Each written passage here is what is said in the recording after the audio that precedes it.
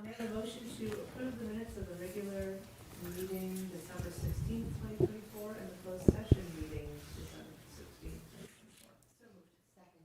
All in favor, say aye. Aye. Aye, thank you. I just want to say that people's microphones.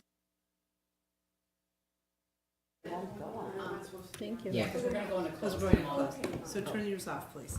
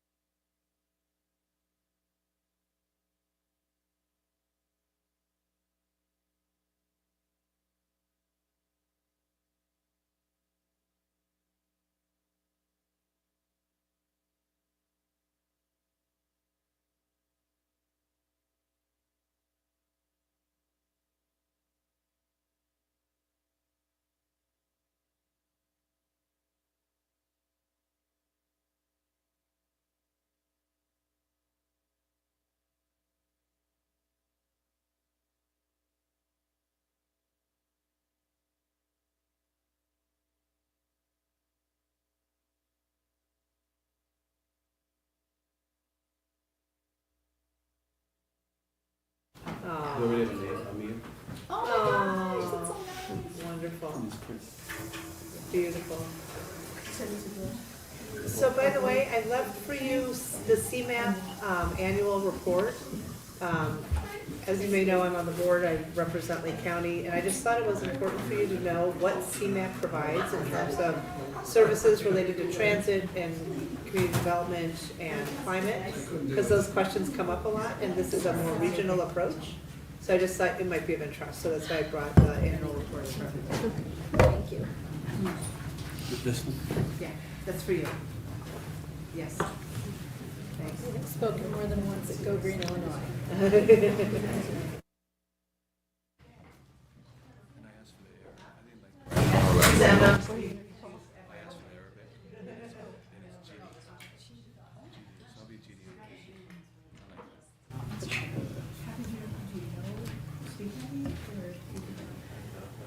Okay, welcome, everybody. Sorry we ran a little over. Delighted to have you. One moment, if we could just make sure. Please hold. Okay. We gotta, Oh, we're good. the Okay. cameras are Yes. on, the microphones are on, we're ready to roll. Okay. Gita, do you want to introduce Yes. our crew? Yes, thank you. Mayor, Council, good evening. So this item on the City Council Committee of the Whole agenda, we are looking for your policy feedback as it pertains to use of housing trust funds to support new development, or really a reuse of 1651 Ridgefield and Highland Park for the purpose of making it a 40 units for people with disabilities as part of our affordable housing initiative. So with us this evening is Lori Williams. I'll introduce her, and she'll also introduce other individuals that are also here supporting the initiative. So CCHI, which is Collaborative Community Housing Initiative, working in partnership with HODC, the Housing Opportunity Development Corporation, is looking at a reuse of this property. We've met with them as staff and provided some initial guidance. This type of use would be permitted by zoning. As they are going through their due diligence at this time, they are just looking for some additional funding to help support this initiative. The use of housing trust funds would be consistent with the city's practice and protocols in this area. If there's council support, then we would suggest that you refer this to the Housing Commission. The Housing Commission will do a comprehensive analysis looking at the proposed development, the financial pro forma, the use of the property, and then we would come back with a formal report and recommendation at a city council meeting for your formal consideration. So the plan this evening is I'll introduce Director Fontaine, who will give an overview of the Housing Trust Fund and our overall affordable housing program, and then Ms. Williams and her team will give you an overview of their proposal. Thank you. Thank you, Gita. Is the D doctorate. Thank you. So we received this request from CCHI, and tonight I just wanted to refresh the council on the Housing Trust Fund and what it does and its purpose, and ability to entertain an additional request from CCHI. Thank you, Ashley, I appreciate it. If you could, remote. Thanks. Okay. And so as I was saying, so the request is essentially for affordable supportive housing for adults with disabilities. Staff recommend that the Housing Commission consider this request and make a recommendation to council as appropriate within the context of the trust fund's balance, programmatic activities, and anticipated revenue. So the trust fund itself, the city's Housing Commission is a fiduciary body that administers the trust fund, as you well know. And in the budget each year, there's an allocation for various programmatic efforts. The purpose of the Housing Trust Fund is to provide financial resources to address the affordable housing needs of low to and moderate income households by promoting, preserving, and producing long-term affordable housing units. The Housing Trust Fund also provides housing-related services and support for nonprofit organizations that address affordable housing needs of the low and moderate income households in Highland Park. the trust fund responsibilities. The Housing Trust Fund, right now, its responsibilities provides the resources for the city's affordable housing grant-making program. And so there we have grants for the city's scattered site program, operating grant for the Community Land Trust, SEPA, and monies for the personnel engaged in program administration. So the additional, there's one other earmark, if you will, but that's the emergency temporary housing with the Moraine Township. So those are the uses of the trust fund at this point, all within the auspices of our affordable housing program.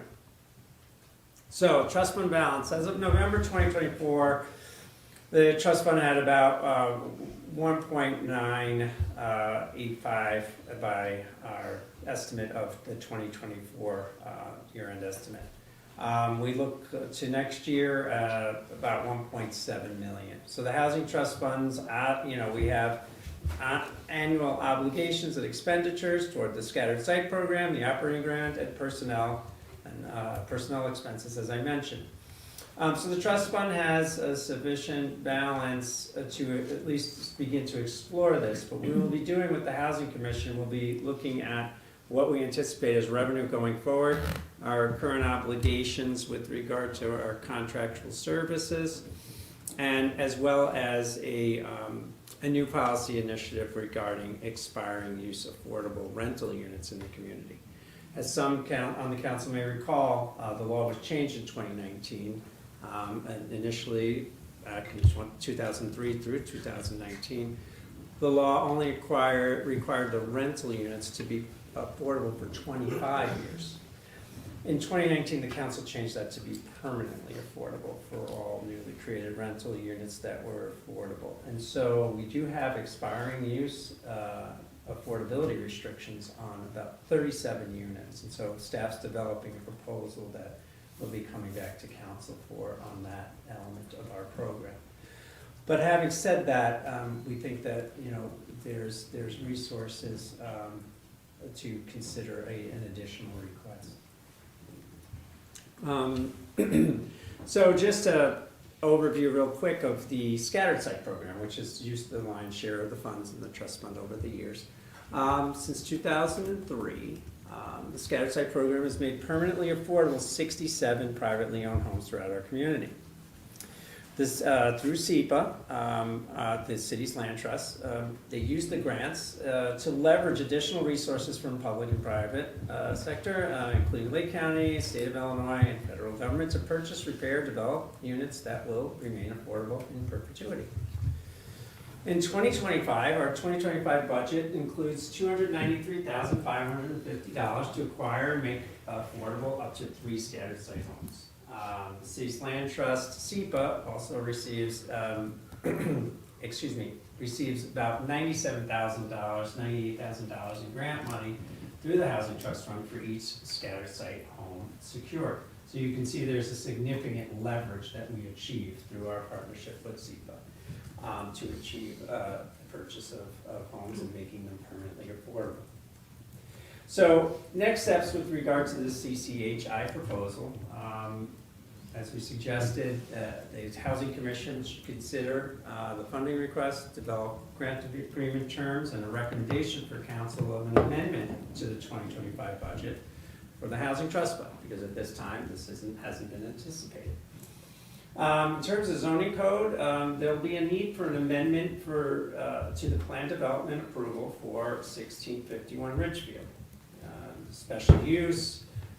We're trying to, we're getting up to speed on the specifics of the proposal from CCHI, and we'll dive deep into that through the Housing Commission can look in, and we'll come back with a formal path, if you will, for what use this will be in our zoning code. But we believe it'll be a special use permit. It will need to amend that PUD, which will no longer be used as a skilled nursing home. It will require a design review for any exterior changes, but I don't believe there are any planned. And there'll be a consideration of additional modifications, if any, and one would probably have to do with parking, likely. And then, of course, there's a transfer assumption agreement element of this too, as this property transfers from one ownership to another. And that's the end of my presentation. Staff, made a recommendation, request your feedback and direction as to what you'd like to do with this request. Great. Lori? Did you want to speak, and then we'll Sure. come over to where Joel is so we can Okay. hear you and record you? Do you have a presentation? I don't have a Okay, go presentation. right, that's fine. I just have me and my words. Okay. Thanks for having us here. So, just a little background. CCHI was founded in 2019 as a 501c3 by families and community leaders, disability advocates, real estate professionals to address the lack of inclusive living and housing options for adults with disabilities in our community. Our mission is to foster community living where individuals with disabilities can live, work, socialize together, while also helping families navigate the challenges with their children when they graduate from school. With limited support when school ends, families face a dismal future, and CCHI is dedicated to creating permanent, supportive, and welcoming spaces for adults with disabilities who wish to remain in their home community and live with their friends. Through accessible housing, social, educational opportunities, CCHI empowers individuals with disabilities while enriching the broader community. After almost 7 years of continuous challenges trying to find the right property, we finally found what we believe is the answer. We're currently working to acquire the closed memory care facility of the Auberge at 1651 for $5 million. And our goal is to transform this space into a welcoming, inclusive community for adults with disabilities in partnership with our two development partners, HODC, who is a nonprofit developer, and Michael Weiss, who is a for-profit developer. The project will create sustainable housing that enables residents to live independently with the supports they need while remaining in their community of choice. And the property is addressing a pressing need for sustainable community-oriented housing in Highland Park. Adults with IDD face limited housing options, and they suffer from extreme isolation, especially after they age out of school. And most adults with IDD are living with aging parents, and it is a hugely added strain for families already managing financial and caregiving challenges. So our community needs to provide safe and long-term living environments that foster independence and connection and a sense of belonging. So we have 75% of adults with IDD who live with family members, and most of them receive no formal supports. The average annual income for someone with SSI is just $9,156, which is 22% below poverty. And our adults with IDD dream of living in their own apartments, and they face overwhelming barriers to be able to do so. So this redevelopment will feature approximately 45 apartments designed to meet the needs of our adults with disabilities, as well as community spaces which encourage community meals, games and movie nights, a fitness room, and a music and art room. And we are seeking the support of Highland Park to contribute funds which will assist in lowering the cost for many of our families as possible, and to allow their children to be a part of this community.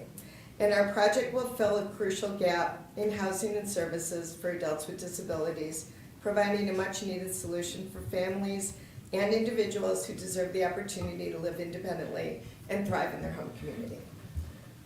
Wonderful, well stated. I just so appreciate you bringing this idea to us. I know that this council very much values inclusivity and making sure that everybody has access to opportunities in the community. And I know, I see Jill in the back, and I've talked to so many other people who are parents of young and middle-aged adults with disabilities, and the challenge of housing, the opportunities for respite, but most importantly, the opportunities for community are what we're all seeking, frankly, for those who we consider to be our family members. They are part of the community and deserve, just like everybody else, the opportunity to live life to its best and highest way. So I'm just so honored, frankly, that you guys came to us with this idea, and it's so cool, because it's like, all right, we talk about affordable housing, we have some way to, the mechanism to move forward, and so I know that others have comments and questions, but from the bottom of my heart, I just could cry. I'm so happy that you brought this, and so delighted to hear from all of you, and looking forward to continuing the conversation.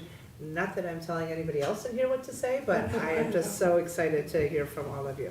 Andres, you had your hand up first. Yeah, I share your sentiments, Mayor, and I think it's a good example of a vision that was articulated first, and to really determine what this population needs and all the reasons why, and then it helped them look for what they needed. And I really feel they found what they needed in the basis of the vision that they articulated. So I feel very comfortable with what they've landed on. It just meets their needs in a variety of ways. And I think it is congruent with our affordable housing vision and statement, and I think it's appropriate for the Housing Commission to then do their due diligence. Right. But it is the right forum for them to consider this, because I think it fits what the whole vision and as well as our policy is intended to provide this kind of opportunity. Thank you. Yumi, did you have your hand up? I did want to say something, so thank you. I think it's a wonderful, wonderful project, and there's I'm gonna call it desperate need for this kind of housing. And I I am excited that we maybe be a model for, other developments like this, because there's such a huge need. And what's the word, echo, what my colleagues, the mayor and my fellow council member said about this. It's great. Thank you. Thank you. Kim? Thanks. I'm so happy you finally found a space. You've been looking for way long. You said 6 years, but you've been looking for longer than that, I know. And this just seems like it's the perfect space, and has a lot of potential. It's a great opportunity to meet these needs that are so crucial in the community. So thank you for the work you're doing. Thank you. Annette? So I have a couple questions. First of all, there was a project a couple of years ago, I think on Green Bay. There was a lot of Fragile X families that were looking for placement. Have they coordinated with you at all on any of I'm a this? Fragile X family. Okay. Yeah. I'm part of the club. And I don't know if that project ever came to be, and if there was independent living. I know it went pretty far, but so that's one of my questions. If that's coordinated through this too, or is that your vision? We collaborate with all the nonprofits in the area, so every service right now, JCFS, Keshet, all of them, we're all working together because we're all serving the same community. Mm-hmm. And frankly, there is no real overlap just because there's not enough housing. So I don't know of anything that has been built on Green Bay. It was like just north of Sunset, there was a 12-plex that was a brick building that I know the families were looking to buy the entire building so that they could have kids. And it never came to didn't be. happen. Okay, so that's one question. Uh-huh. The second question is that there's 45 apartments, Mhm. and having spent a lot of time at Auberge, are you, will they be for individuals? Will there be for couples? What is your vision? The vision is for individuals. There are some individuals that may want a support person living with them. There's also, people have a right to live with someone if they want. They're all adults, so if someone chooses to have an apartment with a significant other, that's fine with us. I mean, this is for them to all live their best lives. Okay, and then from a legal standpoint, because I don't really understand how the 400,000 was arrived at, so that's part of my question, but the bigger question is, are we considering tonight whether to send this on to the Housing Yes, that Commission? is exactly what So we're that they considering. can then Do come their due back to us with a diligence. recommendation? Yep. Correct, yes. Because so that's not our job, we don't have to worry about that Correct. right now. Right. We're gonna use their recommendation and then we'll do it. Just want to be clear on what our role is in taking. Thank you. Yeah, thank you. Okay. Wonderful. Tony? Lori, it's been a pleasure to work with you and speak with you over the past couple of years, and Richard as well. I'm until late last year, I was the trustee of an adult with severe disabilities, unfortunately long distance. So I'm very personally familiar with the extraordinary challenges that means, both physically and economically. I think this is just a great start, and I'm glad to see that we're starting this kind of housing in Highland Park. What affordable means is a difficult definition, as you're aware, and particularly with the kinds of economic challenges that families with adults who have a variety of disabilities face. What is affordable is not necessarily where we're completely at yet, but as I say, it's a good start, and I'm fully supportive. I know you were looking at this building for a while, and it's in a great location, and I think it'll serve as an opportunity to be an example to attract more similar kinds of housing, more economic programs to support people who need that, because it's tough to do all the things and provide the kinds of services that are going to be necessary for the people who live in a community like this. So thank you for getting your toe in. Thank you. Right. Marissa? I just want to say thank you, and what everyone else has said. I think this is a wonderful project, and it's wonderful to be in our community. So thank you for everything you do. Thanks. So I hear consensus for moving this forward with the Housing Commission. And can you just sort of share what the next steps would be? Absolutely. So we'll continue to work with Lori and her team. We'll schedule this before the Housing Commission. So these are public meetings for anyone watching at home. And then they'll likely have 1-2 meetings, but we'll do a comprehensive review and assessment, working in cooperation with the Housing Commission, and then bring it back on a city council agenda for formal approval by the city council. Great. Thank you, Joel. And one other thing, City Manager Newkirk, so we have also then the zoning matters. So those are 2 separate tracks, right? They're both important, obviously, to making this go forward, but to address Councilmember Littler's question. So the Housing Commission and staff will look deeply at the program and the funding end of things, and what the trust fund would be funding in terms of affordability. And then as a separate matter, there'll be the zoning consideration that will come through. And that will have an inclusionary housing component, which will be made up of what they're talking about in this way. Perfect, thank you very much. Great. Thank you. Thank you all. so much. Thank you. Wonderful. Do we want to go back into close to finish up what we were discussing? Sure, or- yeah, we have okay. time, that'd be perfect. All right, so may I have a motion to go into closed session for purposes of litigation? So moved pursuant to section 5 ILCS section 120/2C11. Second. Will the clerk- Councilmember Ross. Aye. Councilmember Tapia. Aye. Councilmember Lippert. Councilmember Stone. Aye. Councilmember Blumer. Aye. Mayor Roy. Aye, 7 ayes, no nays. We will go into closed.